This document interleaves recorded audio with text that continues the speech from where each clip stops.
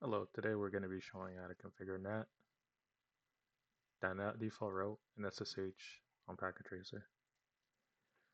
First thing you're going to do is inside your CLI for your router, you're going to pro enable, put in your password. You're going to do configure T, and when you're in the configure mode, you're going to start with NAT first. It's going to be IP access list standard for NAT, and make sure you spell it exactly how it's spelled. Then you're going to get into the settings for that. And then when you do this, you're going to be looking for a couple things here. You're going to be looking for the total of the subnet. And if you look here, they're all have different masks, but there's a simple way to do this. If you look, they're all 192.168.0.1, and it goes all the way down, but they have different masks like /25, /26, /27, 28, so on. If you have a 28 and a 28, it makes a 27. Now you have a 27, a 27, and a 26. You have a 26 and a 26, you have a 25. Now you have a 25 and a 25, and then you could do /24 for all of it. So then you're going to do permit the IP 192.168.0.0 for the whole subnet. And then when you're doing this for NAT, you don't use the subnet in the way that you think. You use what's called a wildcard mask. And just to do that, you just have to make it the opposite of what the actual mask is. So here, since the default mask for /24 is 225.225.225.0, it's going to be 0.0.0.255. The next thing you're going to want to do is, inside the same terminal, you're going to do IP NAT inside source list for NAT interface. And for the interface that you're going to choose, it's always going to be your outside interface. So in this example, our outside interface from our router into the internet is going to be G0/2/0.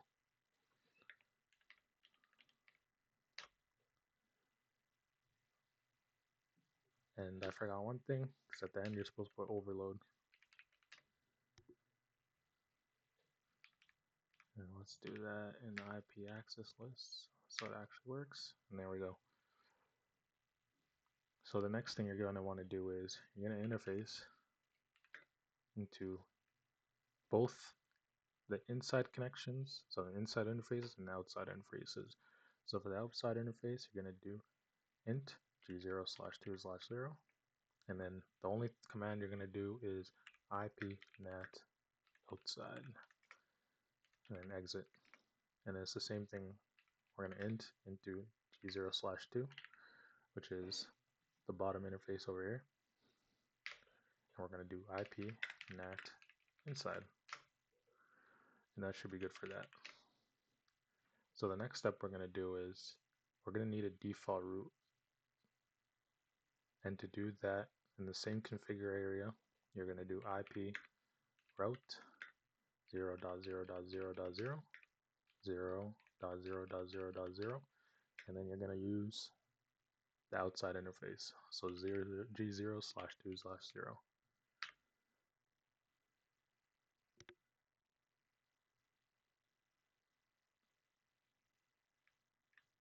It says I have an error here.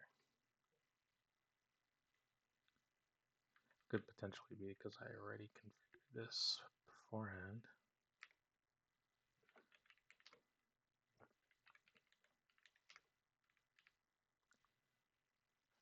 I'll just try it again. IP route 0.0.0.0 0.0.0.0, and then G0/2/0. There we go. And then you're also going to do the outside IP for this specific router. So one that's on G0/2 is 1.1.1.11.1.1.2/30.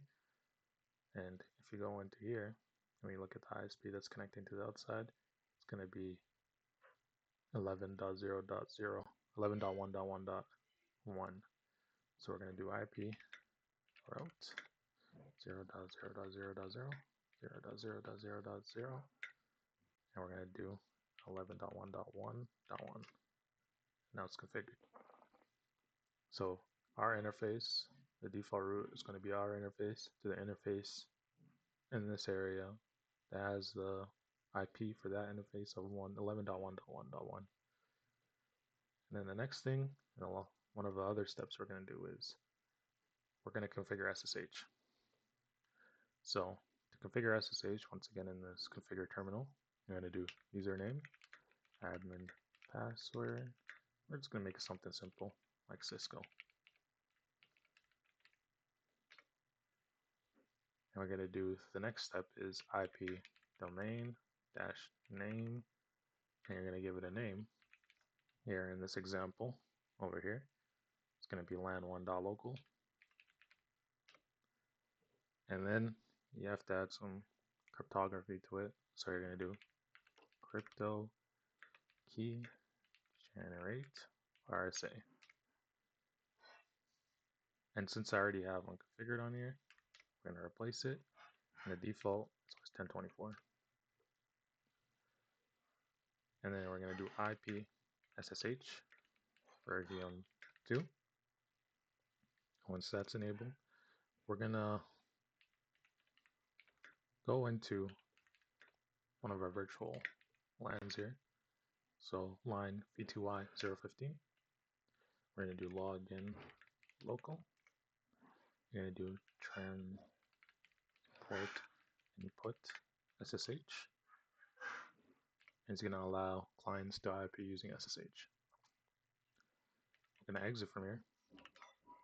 We're going to do IP access list standard for SSH. Once again, capitals matter here. And you're going to permit the host IP that you want to allow to do SSH, because we're not using DHCP here. We're going to have static IPs. And in this example, we're going to ask for Lisa. And Lisa's IP is 192.168.0.225.